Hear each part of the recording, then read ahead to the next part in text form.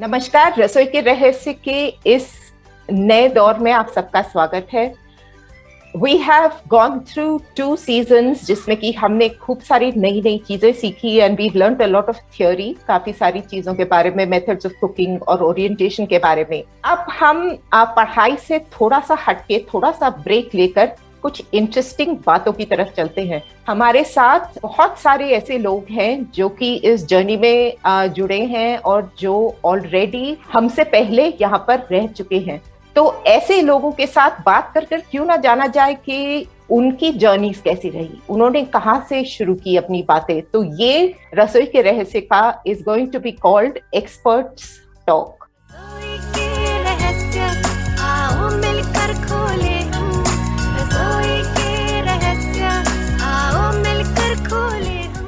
तो अलग अलग बैकग्राउंड से अलग अलग लोग हमारे साथ बात करेंगे, हम उनके साथ जुड़ेंगे, उनके एक्सपीरियंसेस जानेंगे।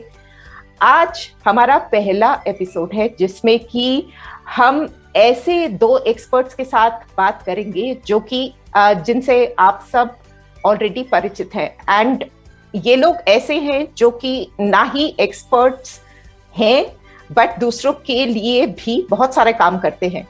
बट देन अगर सोचा जाए तो हर एक कोई एक्सपर्ट बनकर तो नहीं आता ना। हर एक की एक कहानी होती है, एक जर्नी होती है एक्सपर्ट्स बनने तक की। तो आज मिलिए वीना वर्मा से जो कि एक पीएसयू में मैनेजर है और आप सब इनको बहुत पहले से जानती है। Hi Veena. Hi, welcome to रसोई के रहस्य। Thank you so much Payal and all the best, you are doing good job. And सारे तुम्हारे व्यूअर्स को मेरा बहुत बहुत नमस्कार। एक्सीलेंट। अब हमारे साथ दूसरी, तो खैर इनको अगर कोई इनका नाम ना जाने तो फिर हम क्या करेंगे, हमारी दुनिया कैसे गोल घूमेगी। मिलिए प्रीति मोंगा से जो कि आप सब, मतलब ऐसा कोई शायद ही कोई होगा जो प्रीति मोंगा को ना जानता हो। सिल्वर लाइनिंग्स की सीईओ हैं और बहुत सारी बहुत ही सक्सेसफुल और डायनामिक व्हाट्सएप ग्रुप्स चलाती हैं, लोगों की मेंटरिंग करती हैं, सिखाती पढ़ाती हैं, कान भी खींचती हैं, सब कुछ करती हैं, बहुत प्यार देती हैं। और ये हमारी दूसरी एक्सपर्ट है। हाय प्रीति, वेलकम टू रसोई के रहस्य। हाय पायल, थैंक यू फॉर सेइंग इतने अच्छे अच्छे शब्द मेरे बारे। और मैं ऐसा नहीं है कि सब लोग मुझे जानते हैं, पर अगर जानते हैं तो ये तो बहुत ही अच्छी बात है। मैं तो एक ऑर्डिनरी पर्सन हूँ और जो कुछ हमेशा करती रहती हूँ, जो चीजें मैं इंजॉय करती हूँ। बहुत जरूरी। हाँ, और आपके सारे व्यूअर्स को, हमारे सारे व्यूअर्स को और ये रसोई के रहस्य को बहुत बहुत गुड आफ्टरनून, नमस्ते एंड लेट्स गो। ओके, सो अब आज के, जैसे मैंने कहा, हमारी जर्नी जो है आज की वो रहेगी कि एक्सपर्ट्स बनते कैसे हैं। सब लोग को ये लगता है कि खासकर जो लोग अपनी इस किचन की, कुकिंग की, ये लाइफ स्किल की जर्नी में जो शुरू होने वाले होते हैं, उनको ऐसे लगता है कि सामने वाला जो करता है उसको तो सब कुछ आता है और वो तो सब कुछ कर पाता है। बट किसी ने 1 मिनट बैठ के शायद ही सोचा होगा कि ये लोग ऐसे तो ना थे शुरू से। मतलब कोई भी पैदा तो काम करते हुए तो नहीं आता ना, सीखकर तो कोई भी नहीं आता। हम सब लोग अपने आप से सीखते हैं, अपने आप से अपने एनवायरनमेंट से सीखते हैं। तो आज मैं आप लोगों के साथ इसी के बारे में कुछ बातें करना चाहती हूँ। मेरा पहला सवाल वीना और प्रीति, आप दोनों के लिए ये है कि आप जब शुरुआत आप लोगों ने करी अपनी इस लाइफ स्किल्स सीखने की, जो कि किचन में हो, चाहे किचन का काम हो, चाहे कुकिंग हो, या इस स्पेस में जब आपने शुरू करा अपना ये सफर, तब वो कैसा था, वो एक्सपीरियंस कैसा था? आई एम श्योर इसमें काफी सारी बहुत ही इंटरेस्टिंग चीजें होंगी, फनी चीजें भी होंगी, क्योंकि जब भी कुछ नई चीज करो तो उसमें डेफिनेटली गड़बड़ तो होती ही है। तो हमको बताएं कि आप लोग क्या ये सफर कैसे शुरू हुआ और फिर हम इसके बाद में आगे बात करते हैं। वीना, आपसे शुरू करते हैं। आप बताएं, आपने किस उम्र में ये किचन का अपना काम शुरू किया और कैसी रही है journey? Thank you so much Payal, हमें बुलाइए और हमसे बात करने के लिए। हम जितना भी थोड़ा, अब जहां तक एक्सपर्ट तो पता नहीं है या नहीं, लेकिन हमने जो कुछ भी सीखा है वो हम आज हमारे सब व्यूअर के साथ कुछ शेयर करना चाहूंगी। सच बात है कि ये जर्नी आसान भी नहीं, और ऐसा भी नहीं है कि चैलेंजेस नहीं रहे हैं। और बीइंग विजुअली इम्पेयर्ड हमारे पास थोड़े डबल चैलेंजेस होते हैं। मैं शुरू से बाय बर्थ ब्लाइंड हूँ, और थोड़ी पढ़ाई मैंने लेट शुरू की। जब घर पे थी तो मम्मी के साथ और बाकी काम तो करती जरूर थी, लेकिन कुकिंग का मौका नहीं दिया था। तब तक शायद उतनी बड़ी नहीं हुई थी, या मम्मी को डर लगता था तो नहीं दिया था मौका काम करने का। लेकिन जब पढ़ाई करने आई और बहुत सारे विजुअली इम्पेयर्ड लोगों से मिली और इस फील्ड को जाना, तो एक चीज जो बहुत स्ट्रांगली मेरे सामने आई कि जो विजुअली इम्पेयर्ड गर्ल्स होती है उनको खाना बनाना नहीं आता, उनसे खाना बनाया नहीं जा सकता, उनके लिए बहुत मुश्किल काम है, खाना वो नहीं बना सकती हैं। तो मुझे क्योंकि मैं बहुत एक्सपोजर नहीं था और मैं बहुत बड़ी नहीं थी, तो मुझे सच में इसका अंदाजा नहीं था कि क्या सचमुच ऐसा हो सकता है या नहीं हो सकता है। लेकिन जब धीरे धीरे कुछ बातें समझ आई, और तब तक जब तक मैंने पढ़ाई शुरू करी थी तब तक कोई भी कुकिंग सिखाने के लिए अब उस टाइम पे कोई ऐसा इनिशिएटिव ही नहीं था, कोई एनजीओ ही नहीं थी मेरी जानकारी में कि कोई कुकिंग सिखाता हो, एटलीस्ट दिल्ली में तब तक। तो मैंने जब अपना पढ़ाई खत्म करने के बाद मेरी एक लाइफ का एक था कि डिटर्मिनेशन थी, कि इच्छा भी थी कि मुझे जो कुछ भी करना है ना, सब कुछ इंडिपेंडेंट करना है, मुझे खुद से करना है। दूसरों की हेल्प, चाहे मोबिलिटी हो, चाहे अपने सब कुछ अपने लाइफ की सब चीजें मैनेज करनी, और ऑब्वियसली कुकिंग उनमें से एक थी। तो जब पढ़ाई करके खाना सर्विस में आए या फिर नौकरी करने का सोचा, तो तब लगा कि नहीं, कुकिंग आना चाहिए अपने खुद के सर्वाइवल के लिए। तो खुद से सीखना शुरू किया। थैंक्स टू माय सिबलिंग्स, मेरी सिस्टर्स थी, मैं जब भी घर में होती थी तो मैं उनके साथ जाके किचन में, जब कभी मेरी मम्मी इधर उधर होती थी तो उनके साथ जा करके मैं एक्सपेरिमेंट और खुद प्रैक्टिकल करती थी। ऑब्वियसली तब का टाइम ऐसा था कि जब भी बनाते थे कभी कुछ कच्चा रह जाता था, कभी कुछ जल जाता था, किसी में कभी पानी ज्यादा हो जाता था और किसी में कभी कुछ गीला हो जाता था। कभी चावल बनाते थे तो वो चावल का जो पानी होता था पूरा उसी में हो जाता था, तो वो हलवा बन जाता था।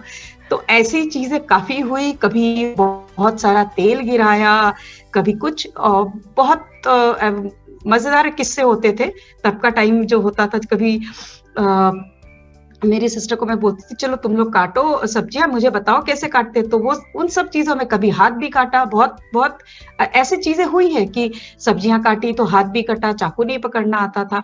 तो सब चीजें होते हुए फिर भी मुझे लगता था नहीं, ये तो मेरी मम्मी ऐसी थी कि जब मैं उनको बोलती थी ना कि मेरा हाथ, कोई बात नहीं, मेरा भी कटता है। जब खाना बनाते वक्त मैं अब मैं उनको कहती हूँ ना कि मेरा हाथ जल गया, मेरे तवे पे हाथ चल गया, कहती है कोई बात नहीं, तुमको तो दिखता नहीं है, मेरे को तो दिखता है, तब भी मेरा चला जाता है। तो ऐसे थे मेरे पेरेंट्स। तो उस तरीके से फिर जब अब मैं ना पूरा टाइम हॉस्टल में रह के पढ़ाई करी, जब तक मैंने शादी नहीं करी थी तब तक। तो शादी करने के बाद अब तुम समझ सकती हो, ना चाहते हुए भी वही आ पड़ा कि भाई अब तो तुमको घर खुद से संभालना है। समझो कि मतलब एकदम रियल हिंदुस्तानी का भी बेटा, अब तुम्हें घर संभालना पड़ेगा। और फॉर्चुनेटली और अनफॉर्चुनेटली हमारे साथ कोई नहीं था, मैं और प्रशांत। मैं कहा बस तो अब मरता क्या करता, अब तो घर संभालना ही पड़ेगा और कुकिंग तो सीखनी ही पड़ेगी, क्योंकि उस वक्त तो इतना नहीं कमाते थे कि हम अफोर्ड भी कर पाए कि कोई हमारे लिए खाना बनाए। तो फिर लेकिन था मुझे मेरी था कि मुझे खुद से सीखना है।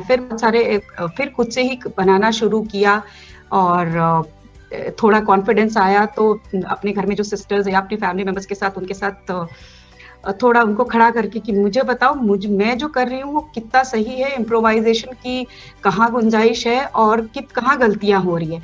ऐसे ही करते करते Parul, practice makes perfect, leads to the perfection.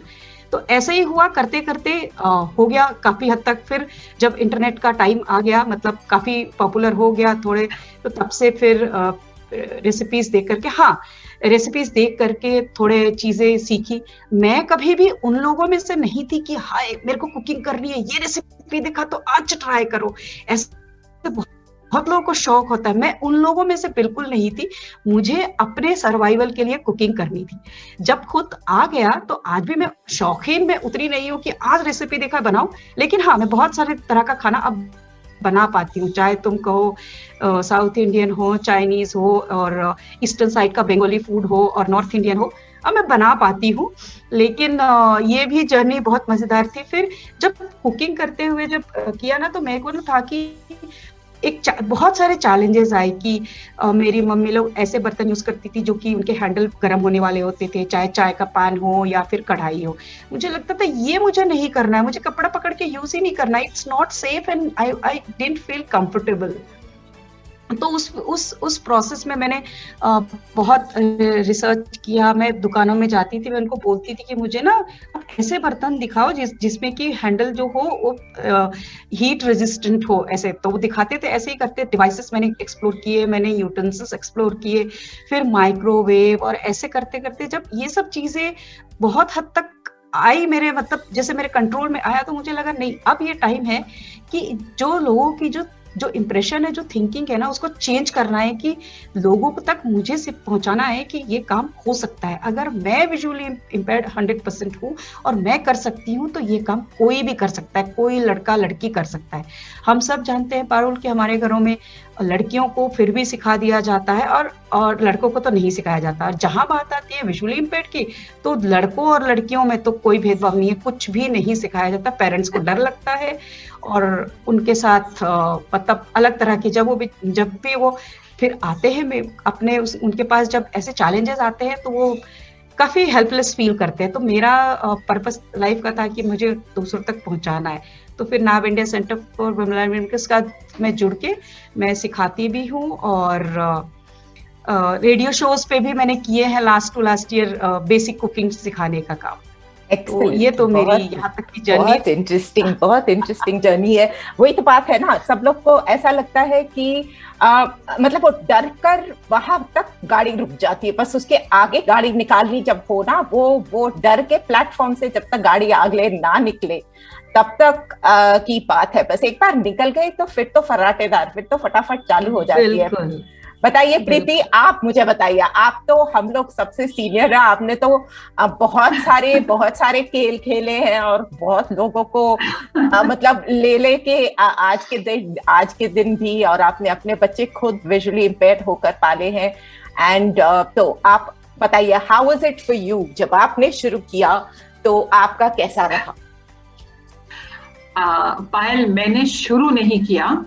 मैं जैसे कि आपको भी पता है और शायद बहुत लोगों को पता होगा, मेरी ब्लाइंडनेस डिस्कवरी हो गई थी जब मैं 6-7 साल की थी। तो मेरी जो ये जर्नी स्टार्ट हुई है वो उसके 2-1 साल के बाद ही, लगभग 9-10 साल की थी, तब से ही मेरी जर्नी स्टार्ट करवा दी गई थी। नॉट ओनली कुकिंग में, पर पूरा होम मैनेजमेंट में सब कुछ जो आता है, पर्सनल मैनेजमेंट में जो सब कुछ आता है, पर्सनालिटी में, और मेनली कुकिंग का बहुत बड़ा रोल इसमें हो गया था। क्योंकि मेरी मदर को ये चिंता हो गई थी कि लड़की की शादी कैसे होगी, इसको तो अब दिखता नहीं है, आगे चल के और भी कम दिखेगा। उस टाइम में कुछ जरा सा दिखता था, तो आगे चल के बिल्कुल ही नहीं दिखेगा, तो इसकी शादी कैसे होगी, तो इसको मैं कैसे भी करके पूरी तरह से ऐसी एक्सपर्ट बना दूं ताकि ससुराल में जाके कहीं बेइज्जती ना हो। तो ये लेके जो बहुत पॉजिटिव निकला, अल्टीमेटली ये बहुत पॉजिटिव निकला, क्योंकि उन्होंने 9-10 साल की उम्र में मेरे को किचन में मोटिवेट किया। मुझे भी ऐसा शौक नहीं था कि मैं किचन में जा के गिरूं गर्मी में, और ऐसी कोई एंजॉयमेंट नहीं मुझे मिलती थी, तो बचपन में क्या पता। तो उन्होंने मुझे बोला कि अब तू बड़ी हो गई है, अब चलो आटा गूंदने से स्टार्ट करवाया। मुझे आज भी याद है, जमीन पे बैठ के बड़ी सी परात लेके वर्बल इंस्ट्रक्शन से वो मुझे आटा गूंदना उन्होंने सिखाया, और मुझे उसमें थोड़ा मजा आने लगा, क्योंकि वो आटा टैक्टाइल है ना, तो बहुत अच्छी से वो मैंने सीखा। तो लेकिन कभी गीला हो जाता था, कभी उसमें फिर और आटा डालो, फिर वो 4 दिन का आटा बन जाता था। ऐसे ऐसे करके उन्होंने सिखाया मुझे। और जो बहुत इंटरेस्टिंग चीज है मैं यहाँ पे जरूर बताना चाहूंगी कि उनकी कॉमन सेंस ने उनका और हमारा साथ दिया। उन्होंने ये जो भी काम उन्होंने मुझे सिखाना होता था, मेरी मदर बहुत अच्छी कुक, बहुत ही एक्सपर्ट कुक थी, खुद बहुत एक्सपर्ट होम मैनेजर भी थी, शी स्टिल देयर बट आजकल नहीं करती हैं, बट उन्होंने हर काम को आंख बंद करके किया और वही टेक्निक मुझे सिखाया। तो दैट वाज द ट्रिक कि अगर किसी साइटेड ने किसी विजुअली इम्पेयर्ड को सिखाना है तो वो खुद, अभी तो बहुत सारे वेन्यूज हैं, लेकिन अगर वो खुद आंख बंद करके वो एक्टिविटी कर लेता है या कर लेती है तो it becomes easier for them to explain. तो ऐसे करते करते पहले आटा, फिर चाय, और चाय में मैं आज भी बिल्कुल जीरो हूँ। वो जो हिंदुस्तानी चाय होती है वो आज तक बहुत बड़ा चैलेंज है मेरी लाइफ में। कभी भी अच्छी नहीं बनी, चाय उबल जाती थी, दूध उबल जाता था। ऐसे ऐसे करते करते फिर सब्जी काटनी सिखाई, और सब्जी काटनी उन्होंने मेरे को सिखाई चॉपिंग बोर्ड पे। शुरू से बोर्ड तो नहीं होता था, एक आज भी मुझे याद है वो चकला होता है ना रोटी बेलने वाला, लकड़ी का चकला उनके पास था, तो उस पे उसको कन्वर्ट इनटू चॉपिंग बोर्ड। मैं बात कर रही हूँ अर्ली लेट 60s की, और लेट 60s, 69, 70 उस टाइम की बात कर रही हूँ। तो चॉपिंग बोर्ड्स अभी उस तरह की इंडिया में नहीं आए थे जैसे आजकल है, और आज उस टाइम इक्विपमेंट भी, ओवन हमारे घर में था वो भी बाहर से आया हुआ। तो इन सब चीजों को साइड बाय साइड वो करती गई, और मेरे से इतने एक्सीडेंट्स हुए, उंगलियां कटी, जैसे वीना ने कहा मैं छुरी चलाती थी अपनी उंगली पे चला लेती थी, तो उन्होंने डल छुरी से स्टार्ट किया कि कटे तो बहुत ज्यादा ना कटे थैंकफुली, बट उन्होंने हर एक पॉइंट में मुझे इंस्ट्रक्ट करके कि इस तरीके से आप फिंगर्स पीछे करते रहोगी, थंब और फिंगर को थोड़ा पीछे रखोगी, उसके साथ लगा के चॉप करोगी। तो दोस लिटिल इंस्ट्रक्शंस बहुत फायदेमंद रही। जो मैं आपको बताना चाहती हूँ कि जब आग की बात आई, चॉपिंग, कटिंग, आटा, ये तो बहुत लड़कियां, बहुत लोग कर लेते हैं, बट आग की बात आती है आज भी, जैसे वीना इज वेरी राइट कि जब गैस की बात आती है या आग से कुकिंग करने की बात आती है, तो वहां पे पेरेंट्स जो हैं आज तक नहीं हिम्मत करते कि बेटों को तो बहुत ही दूर की बात है, लेकिन ब्लाइंड लड़कियों को भी नहीं वो सिखाने की, वो करते हैं हम कर देंगे, कोई ना कोई रख देंगे, लेकिन दैट इज नॉट राइट, वो बिल्कुल ठीक नहीं है। और प्लीज ये पायल ने बहुत अच्छी चीज आपसे कही कि कोई भी पैदा होते ही 5 स्टार शेफ नहीं निकलता अंदर से। हम सब उसी रोड से, उसी सड़क से चल के आते हैं, और एक्सपर्ट वो बन जाते हैं जब हमें रोज रोज करना पड़ता है। एक्सपर्ट बनने का ध्यान में नहीं होता है, लेकिन हमको जब रोज खाना ही बनाना है सर्वाइवल के लिए, अब वीना खाना बनाती है, मैं भी बनाती हूँ, पायल भी बनाती है, आप सब में से बहुत सारे लोग बनाते होंगे, लेकिन हमें रोज बनाना होता है, तो दैट इज द मोटिवेशन कि खाना चाहो या ना चाहो तो हमें सीखना ही है। पापी पेट का सवाल है, पापी पेट का सवाल है अल्टीमेटली। बिल्कुल। और ऐसा होता है ना, ऐसे मौके बहुत होते हैं उन दिनों में भी और आज भी, और मेरी पूरी जर्नी में ऐसे मौके बहुत आए कि जब मेरे पास कोई चारा ही नहीं था, मतलब अगर मैं खाना नहीं बनाऊंगी तो मतलब हम भूखे रह जाएंगे, कोई चारा नहीं था। छोटे छोटे बच्चे जब घर पे हैं, आप नहीं बनाओगी तो उनको कौन खिलाएगा, उनके तरीके का खाना उनको बना के खिलाना है। सो आपको जो जिंदगी सिखाती है, और आपको फिर जब चॉइस नहीं रहता है और आपको उसके बेसिस पे आपको सीखना पड़ता है, तो वो तो पड़ता ही पड़ता है। लेकिन मेरा ये एक और मानना है कि अगर हमें बेसिक्स की नॉलेज हो, समझ हो, हमें किसी ने बेसिक्स सिखा दिए हों और हमें थोड़ी बहुत प्रैक्टिस दिला दी हो, तो लाइफ में हम आगे बढ़ने में हमें इतने ज्यादा डेंजरस चैलेंजेस नहीं आते हैं। लेकिन अगर बिल्कुल भी नहीं है तो फिर आगे चल के बहुत मुश्किल आ सकती है, क्योंकि आजकल का कोई पता नहीं है कब हमें जरूरत पड़ती है। तो मैं आपको ये बताना चाहूंगी कि गैस पे हाथ लगा के किस तरीके से, आपने माचिस से भी सिखाया मुझे, कई बार हाथ जले। आज भी इनफैक्ट आज मैं क्या कर रही थी, रोटी बना रही थी, तो मेरी पास में कुकर पड़ा था, तो आज भी कुकर पे मेरी बाजू जली है। तो मैं आज इसी बातचीत का सोच रही थी, मैंने कहा आज मेरे पास पूरा प्रमाण है कि 62 की एज में भी आज भी मेरी बाजू जलती है। ओके, कोई बात नहीं।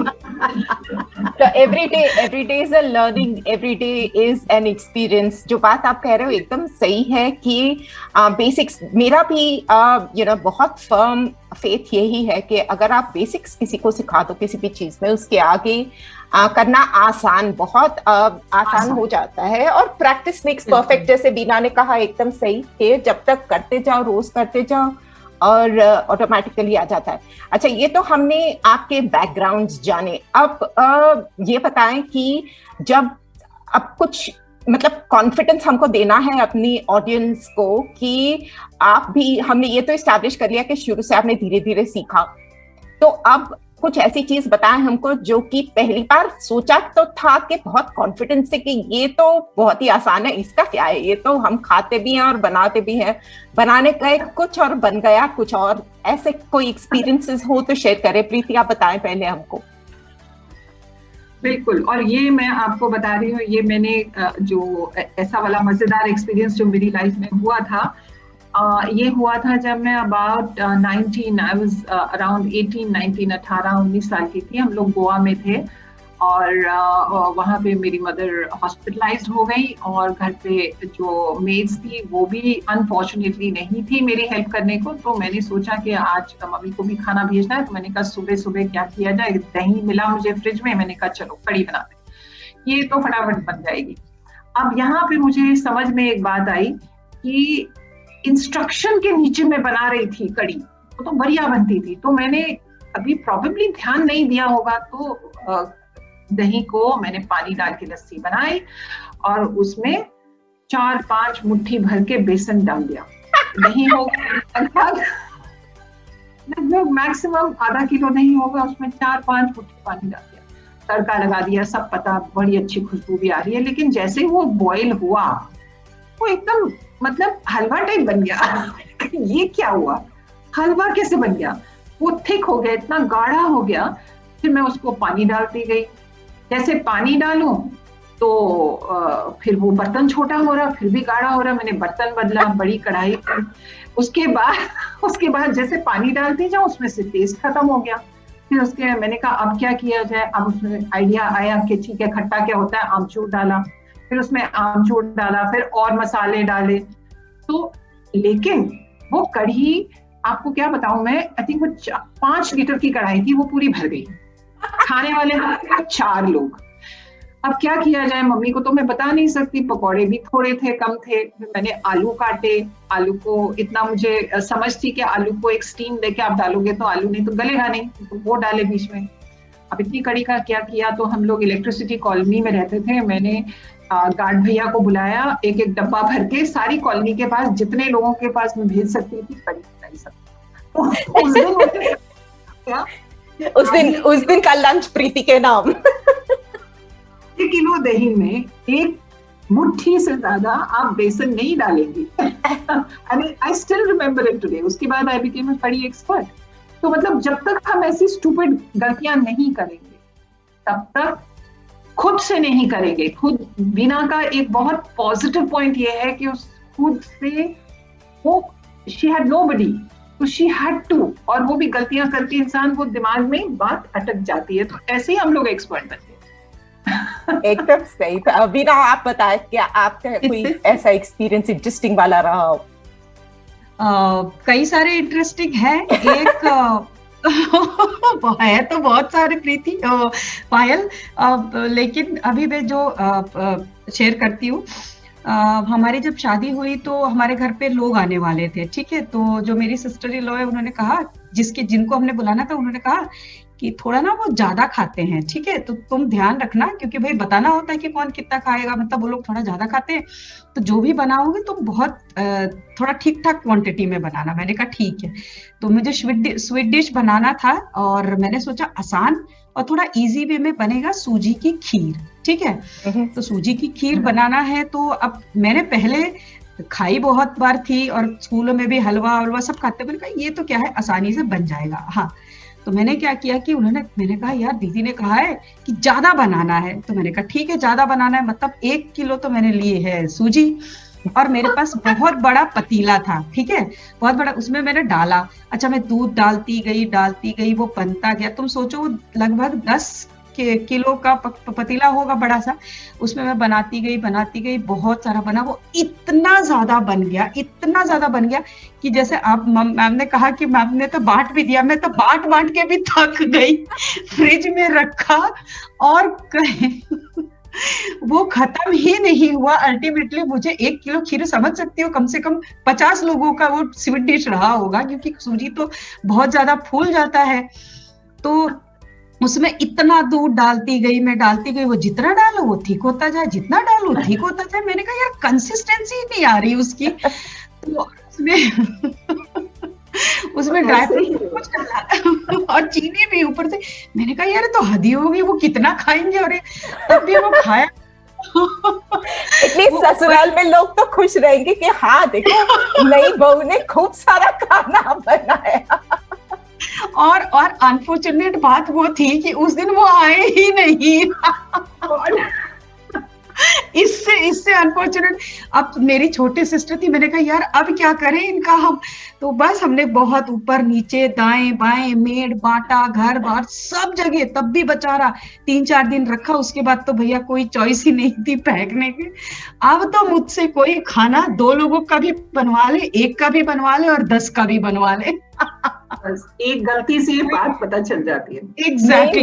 मेरे को आज भी प्रॉब्लम है। मेरे को 2 से 3 लोगों से बढ़ के अगर करना हो ना, तो आज भी इतने सालों से खाना बनाते हुए भी ना, मेरे को फिर अल्टीमेटली किसी से पूछना ही पड़ता। आदत इतनी बुरी पड़ी हुई है थोड़ा सा बनाने की, कि ज्यादा लोगों का बनाना तो इज स्टिल चैलेंज। मतलब डबल अप कर सकते हैं, ऐसे कोई प्रॉब्लम नहीं है, बट फिर भी वो जिस कॉन्फिडेंस से जो बनता है ना चीज, वो अभी भी मेरे को इतने सालों में भी मेरे को प्रॉब्लम होती है।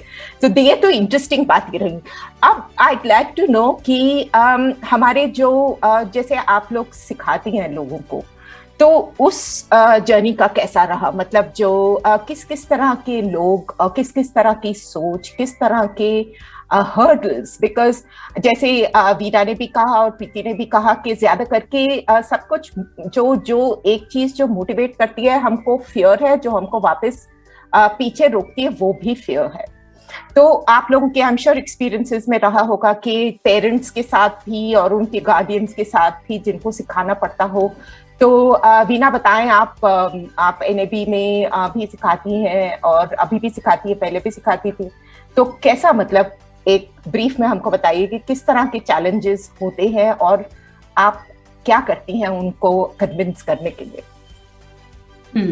सही बात है पायल, जैसा तुमने कहा कि सच में ये बहुत बड़ा चैलेंज होता है जब स्पेशली जब छोटे बच्चे होते हैं, जब वो साथ होते हैं, वो साथ ग्रो होते हैं, तो वो देख देख के फिर भी आपके साथ थोड़ा बहुत वो सीख पाते हैं। लेकिन जिस तरह के गर्ल्स को मैं सिखाती हूँ, वो बहुत लेट अपने घरों से आए हुए होते हैं। तो सबके साथ वही है कि वो लोग बिना आग का, बिना किचन वाले काम तो करके आए होते हैं, लेकिन किचन में ज्यादातर ने, मतलब मैक्सिमम लोगों ने काम नहीं किया होता। कुछ लोगों ने जो खासकर जो बहुत इंटीरियर से गांव में आती हैं, तब भी वो करे होते हैं, लेकिन मान लो कि जैसे दाल चावल बना दिया, लेकिन रोटी किसी ने नहीं बनाया होता है। तो चैलेंज क्या आता है सबसे बड़ा, उनको आग से डर लगता है। सबका डर होता है कि हम गैस कैसे चलाएंगे, चाहे मैंने प्रैक्टिकली फिजिकली सिखाया हो या फिर मैंने शोज भी किया हो रेडियो पे भी, उन सब का एक ही सवाल होता था कि गैस को कैसे जलाया जाए, और उन लोगों को डर लगता है गैस जलाने से। अब प्रैक्टिस तो है नहीं और कभी किसी ने कराया ही नहीं, कभी किसी ने उनको करा नहीं, तो वो एक बड़ा चैलेंज होता है। फिर दूसरा जो चैलेंज होता है, जो मुझे लगता है कि मसाले और दालों को पहचानना, वो एक बड़ा चैलेंज होता है, क्योंकि काम नहीं किया तो कभी उन्होंने टच करके देखा नहीं या स्मेल करके देखा नहीं, तो वो बड़ा चैलेंज आता है। ये सबसे बड़ा, ये दूसरा कॉमन क्वेश्चन होता है सबका कि कैसे करें। और फिर इन सब के बाद उनको कन्विंस कैसे करते हैं कि उनको प्रैक्टिकली उनके सामने मैं 1-to-1 टीचिंग करके दिखाती हूँ कि उनको साथ में पूरा ओरिएंटेशन करवा करके, पहले गैस का या जो कुछ भी हम सिखा रहे हैं पूरा ओरिएंटेशन, और उनको साथ में हाथ से खुद से करके फिर उनको प्रॉपरली हाथ पकड़ के ही लिटरल सेंस में सिखाओ। तब उनको कई बार करने के बाद उनको ओरिएंटेशन आता है तो थोड़ा थोड़ा कॉन्फिडेंस आ पाता है। ये तो मेन चैलेंजेस है, और भी हैं जो सबको रोटी बनाना आना सीखना है, क्योंकि हमारे यहाँ पे गर्ल्स की अगर खास पहचान है, अगर एक अच्छी लड़की मानी जाती है तो उसको खाना बनाना और स्पेशली रोटी बनाना आना चाहिए, वरना उसको नहीं आता तो वो लड़की है ही नहीं। तो हम कैंसल है।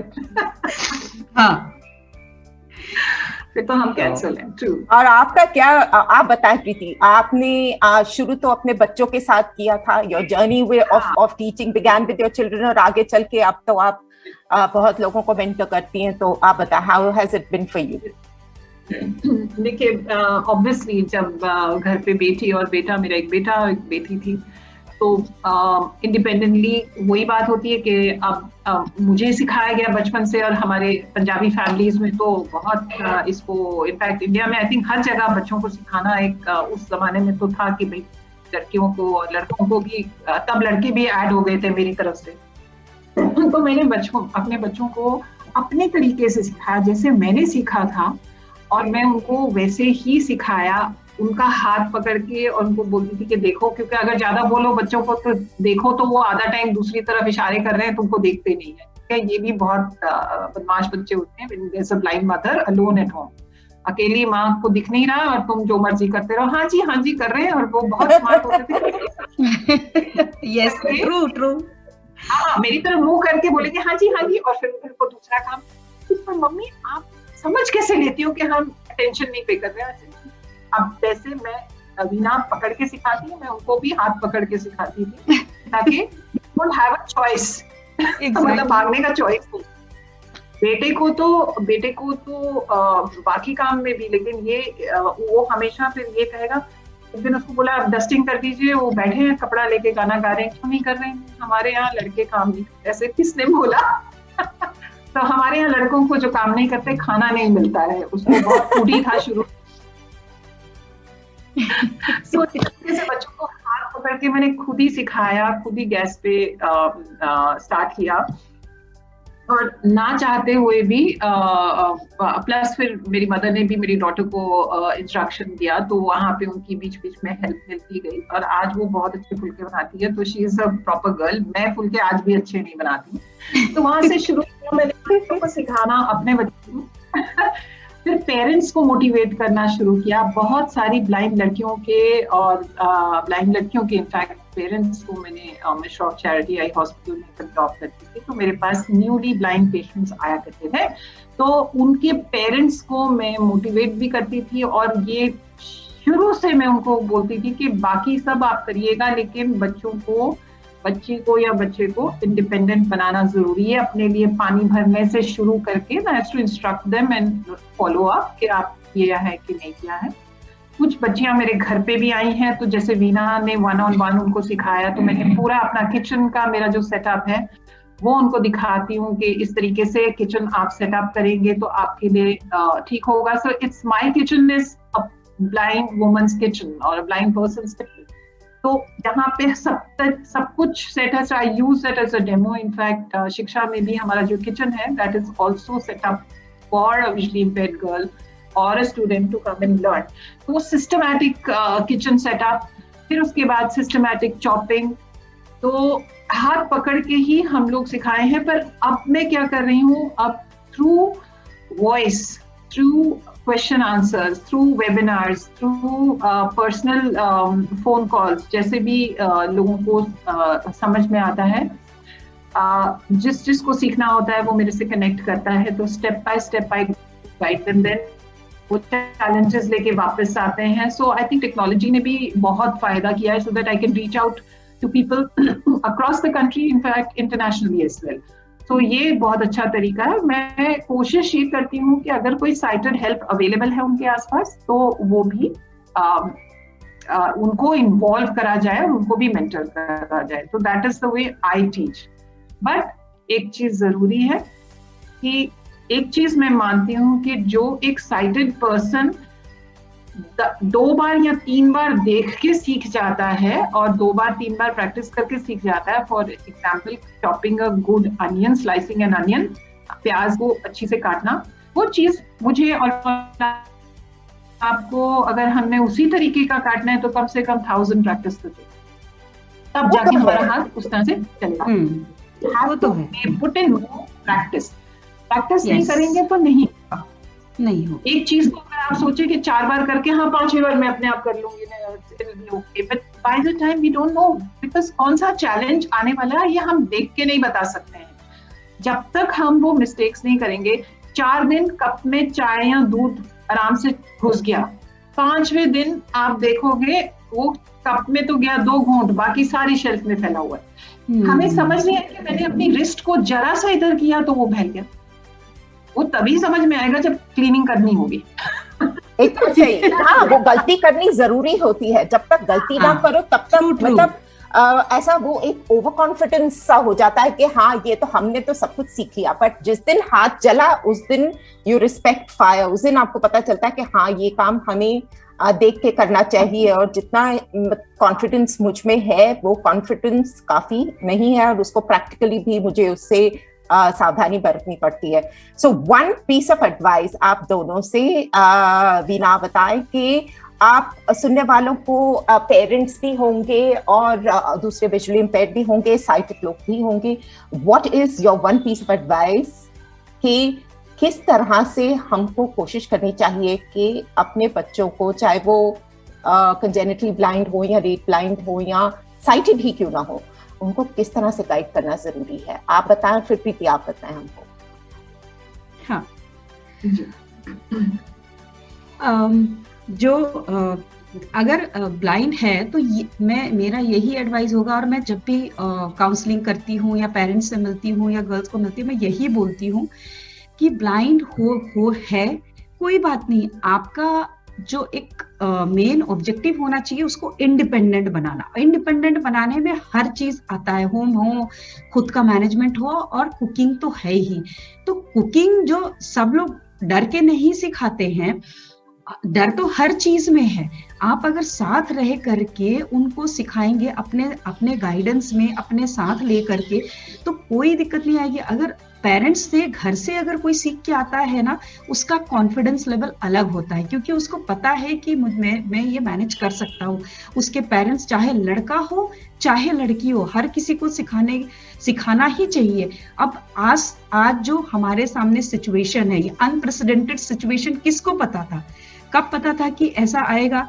अब हो सकता है इस दौरान कईयों को ऐसी मुश्किल आई हो जो बिल्कुल भी कुकिंग ना जानते हो, तो ऐसे चैलेंजेस को एंटिसिपेट नहीं कर सकते, लेकिन हम ये तो सोच सकते हैं कि हम अपने सर्वाइवल के लिए, जब हम और बच्चों में, जब साइटेड बच्चे होते हैं, लड़की को ही करते हैं आजकल, तो लड़के लड़की सब करते हैं, उनको सिखाते हैं, तो ब्लाइंड गर्ल्स या बॉयज को क्यों नहीं जरूर सिखाना चाहिए। आप शुरू से थोड़ा थोड़ा करके सिखाएं, आप अपने प्रॉपर गाइडेंस में, अपने इंस्ट्रक्शंस के साथ आप उनको साथ लेके सिखाएं, जरूर सीख जाएंगे। ऐसी कोई बात नहीं है, डरना नहीं है। मेरा ऐसा मानना है कि बिल्कुल डरना नहीं चाहिए, हर चीज सिखाना चाहिए। यही मेरी एक वेरी वेरी इम्पोर्टेंट, बहुत इम्पोर्टेंट बात कही। प्रीति आप बताएं, what would you say? I would like to say just one very important thing, कि आजकल के युग में जहाँ टेक्नोलॉजी, जहाँ इक्विपमेंट, जहाँ कनेक्टिविटी, हम लोग इंटरनेट पे हैं, यूट्यूब है, इतना सब कुछ है, हम लोग सब कनेक्टेड हैं, व्हाट्सएप ग्रुप्स हैं। आई थिंक कि बहुत सारा सपोर्ट है, और बहुत सारे visually impaired main and women आज की डेट में पूरा फुल टाइम अपना खाना भी बनाते हैं, ऑफिस भी जाते हैं, Veena is role model here, सब कुछ करते हैं। तो आई फील कि हर एक को इस चीज से अवेयर कराना बहुत जरूरी है कि everybody must learn, must do. उससे भी ज्यादा इम्पोर्टेंट पायल, आपके जो एपिसोड्स आपने ये 2 सीरीज बनाई हैं, I think every visually impaired persons, childs, parents, child, they should listen to that. आपने जिंदगी आसान बना दी है, इतनी